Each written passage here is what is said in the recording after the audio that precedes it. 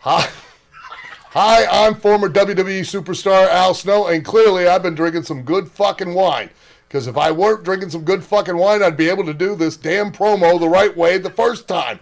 But boy, I tell you, if there's one time that I want to screw up, it's because I've been drinking some good fucking wine. And if you're smart, you'd be going and getting yourself some good fucking wine too. So do yourself a favor, get yourself nice and hammered like apparently I must be on some good fucking wine. Beautiful. Can't beat that. Well done. Sir? Ah. Manscaped? Uh-huh. Have you tried the new equipment that's been sent? I'm afraid because it says weed whacker. I'm scared. Maven, Manscaped, what are you thinking about Love it. Manscaped, dude? Love it. What do you use it for? Necessity. What don't I use it for? Put it this way. The only hair I have on my entire body is these eyebrows. Yeah. That you see.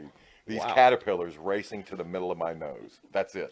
That is it. That's all I have. And that's all I want. That's the So Manscaped is a You- must. We were talking before the show. There's nothing worse than just hair. Yeah. Right? Hair on a woman, hair on a man. It's just bad. Absolutely. And it's the one thing that the older I get, it starts growing more in unwanted areas. Absolutely. I hate it. I'm going to ask you a question. Uh-oh. Just going to go out there. Oh, boy. Go for it. You're doing a deed. Yes. Again, I don't want you to have to admit this because we, as men, we try not to admit this. But if you're going to Oh, go I do know the deed where- on a I woman, know where would you he's rather going. have her be hairless or a little hair, racing stripe, or Racing stripe. full retro bush? Racing stripe. Retro Bush is out. Yes, thank you. Retro Bush is out. Yeah. I don't mind a small, well manicured landing strip. Every now and then, if it's completely, and I'm talking like baby's ass bald, then I start. Where is that pedophilia line? I don't want to Wow. wander into that. That's thought very of it like interesting. that. I never thought about that. You're a Wow. smart dude. Holy shit. So if the landing strip is clean enough for the plane to go in smoothly, you're cool with that? If the landing strip has, like I said, well manicured, Yeah, you can see both sides. It's not Like blinking lights on both sides of that I landing? just don't. I don't want. I don't want the shrubbery going off into unwanted areas on that as well. Gotcha. Yeah, Oh, look but- what you found. Ooh. I got to be all honest though. Hey, the older I get though, I don't think I can be as I found it! I found have it! you ever gone down there and she slowly brings down the underwear? Then What is it? retro? Just, Absolutely. You're like, whoa! Wow. Yeah, I'm like 46, it of pops course. out? Do you like walk out or what do you do? No, I muster through. I muster up the courage to get He's a through. trooper. He's a trooper. Gotta give him an A. Not all heroes wear capes. Yeah, There you go. I hear you. There you Listen, go. I couldn't Super say. Bush. I couldn't say. Well, if you have the same beliefs as Maven, does Manscaped could help you? Absolutely. The weed whacker. Absolutely. What are you thinking? I'm thinking that I may have to, go in a room, close the door, and hang out with the weed whacker for a little while. Yeah, I think you're a retro guy, aren't you? I like 70s adult films, if that's what you're getting at. Yeah, there you go. Yeah, But only with that, Ron we're going to take a Jeremy, quick Batman. commercial break, and we'll be Anyway. back with this wrestling icon, Maven. We will see you in a drop kick second. Drop kick. You need engine repair? Auto Excellence. Collision Specialists. 631-261-6420. That's 631-261-6420. Auto Excellence.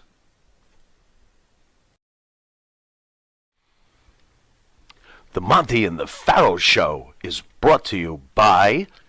Because wine is your second favorite four-letter word.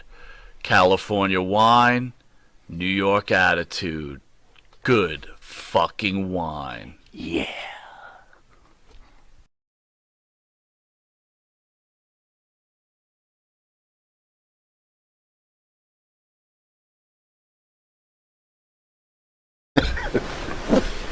To put it bluntly. All right, welcome back to Long Island's #1 pro wrestling broadcast. Monty DeFaro, seen only here out of Indie Music TV on a special Saturday edition with these icons, Money Inc.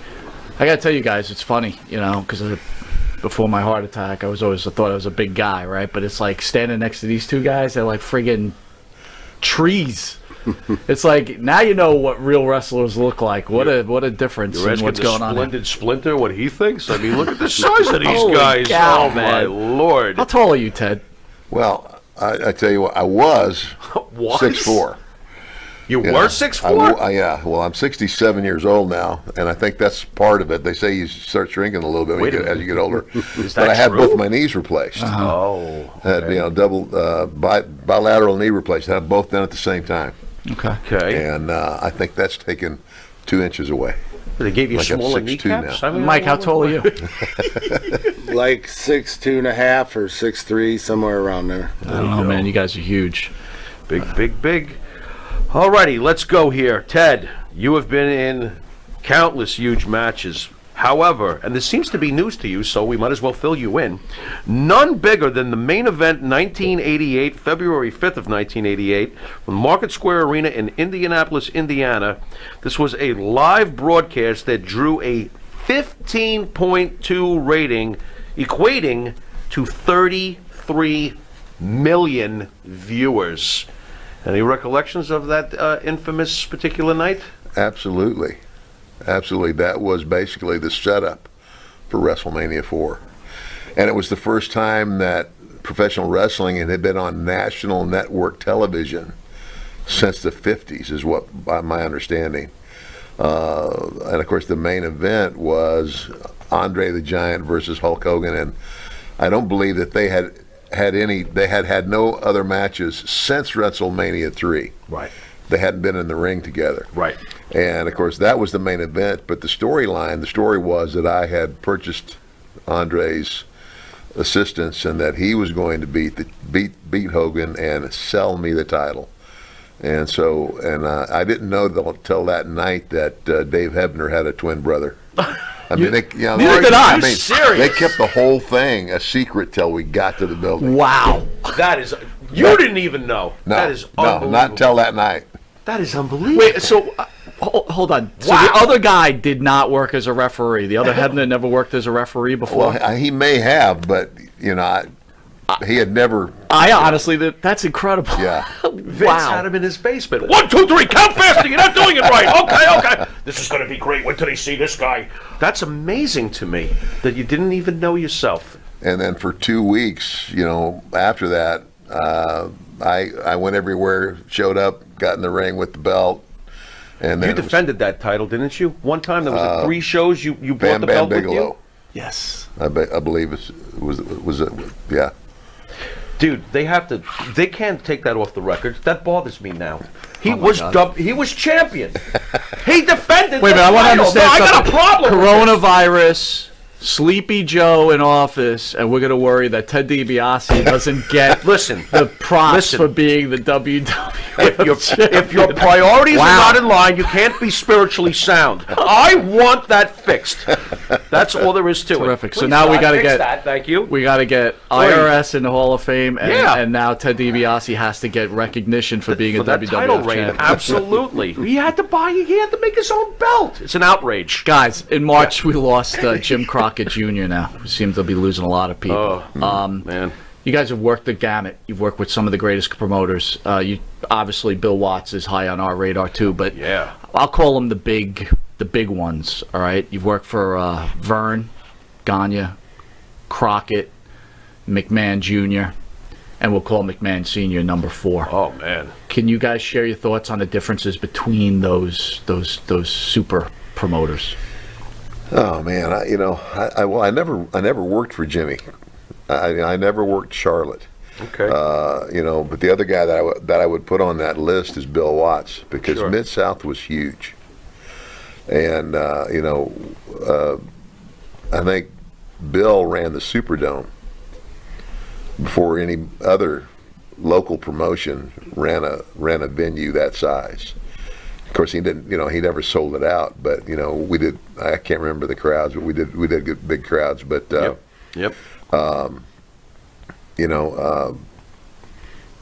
Bill is Bill's a highly intelligent guy. I mean, he's incredibly intelligent. I still get emails from him, and we correspond today. And of course, Bill's also become a Christian. I told him a long time ago. I said, I wish you'd have been a Christian when I was working for you. He'd have paid you better and wouldn't make you drive you so far. Yeah, he'd have paid me better, and I wouldn't have had the miles. Oh my gosh, if I'd have been paid by the mile, I would be the $1 million man. Yeah, you ain't kidding. So, but no, I had a world of respect for Bill, and again, Vince Jr. I mean, Vince Jr. revolutionized wrestling. I mean, when I first started seeing the show before I was part of it or anything, and some of the stuff was, I know some of that stuff, Cyndi Lauper and all that stuff, and I thought was kind of cartoonish, but what he was doing, he was trying to target a younger audience, kids. I mean, if you look back, if you look at it from here looking back, it was genius. It's kind of like I tell everybody. I said, yeah, I put on a crazy outfit with dollar signs on it, but when I got in the ring, I didn't wrestle any different than I ever had. Right. And that was my thing, was that I still tried to make my matches as believable as possible, and the match was the story. It wasn't that the other stuff, the vignettes and all that stuff. I tried to make the wrestling the story. Well, you, in my opinion, 3 great sellers: yourself, Kurt Hennig, and Ric Flair. You guys could sell like no other, I thought, and enjoyable. Well, that's just it. I mean, and that's the whole thing. I mean, the sell job is the deal. If you don't sell well, then you don't get the big pop. You don't get the big explosion when the good guy comes back. It's odd to me, but you are really the pinnacle. They call it sports entertainment today. You, to me, are the pinnacle of the entertainment. Obviously, the character was incredibly entertaining, the $1 Million Man, but also, you are, and I think this gets lost a little bit amongst us Marks. How you doing out there, Mark? It gets lost a little bit, the amazing technical wrestling you were capable of. You were a great technical wrestler. Do you think that today it's become too much entertainment and not enough sport? I do. Interesting. I do. I mean, maybe I'm just old school, and I know that. I know there's a lot of things that change, and I know there's a lot of things that I haven't, I haven't been around the company for a while. That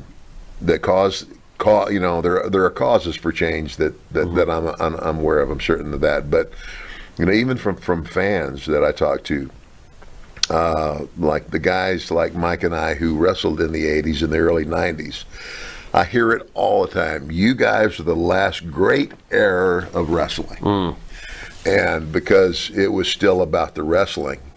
It wasn't about, the blow up in the locker room or the story backstage or whatever.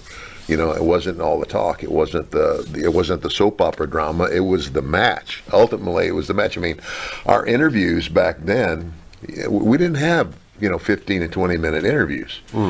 We had 3-minute, 4-minute interviews for the towns, and we might have 2 or 3 of those, building up to it. To be fair, though, you had better storylines back then. Every match had a really good storyline to it that got the fan involved, and obviously the match was the finisher, right? Yeah. I think that's what's missing right now. I mean, Mike, you got children presently working in there right now, and I believe you worked as an agent. Are you still working as an agent for them? No, I did it for almost 13 and a half years. I just finished up this year. So how's your feelings with that, like the comparison? Yeah, I mean, it's changed a lot, and it's hard to go on TV and tell a story wrestling if you have a 5-minute segment or a 6-minute segment and an entrance or 2 entrances. It's like a fast forward. Boom, boom, boom, boom, boom, we're done.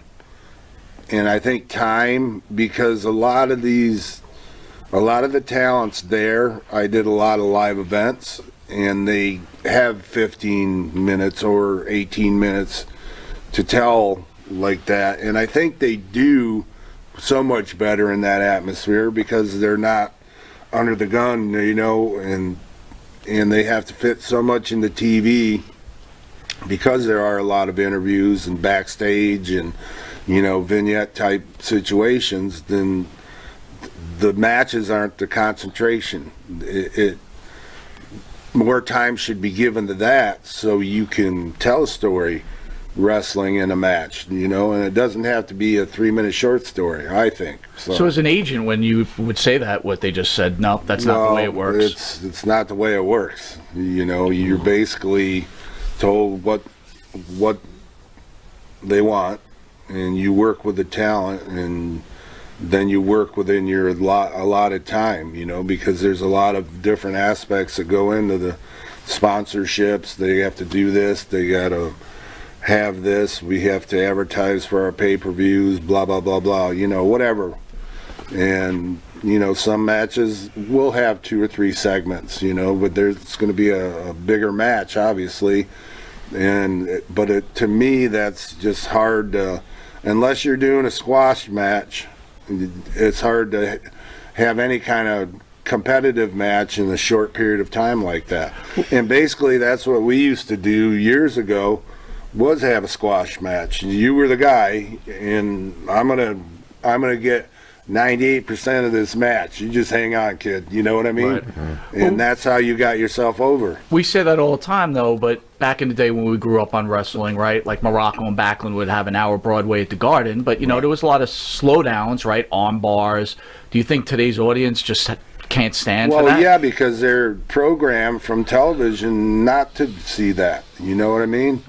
Then it's boring to them. Well, I say yes and no. I know that I know when I was working, again, for Bill Watts in Mid-South, he noticed that a lot of us were, he says, I'm seeing a lot of high spots. High spot.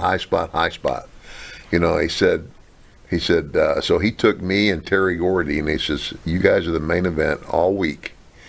He said, I want you to go 55 minutes and then give them the finish. He says, number one, a lot of the what we call the smart marks are going to say, okay, they're going Broadway, and you're really going to screw them more or less when they go, oh, wow, they went that long, and yeah. So, but he said the idea is you can't have a 55-minute match and be bouncing around the ring all the time. You have got to settle down and tell a story. And that's what Bill was getting at. And so I agree with Mike. I said,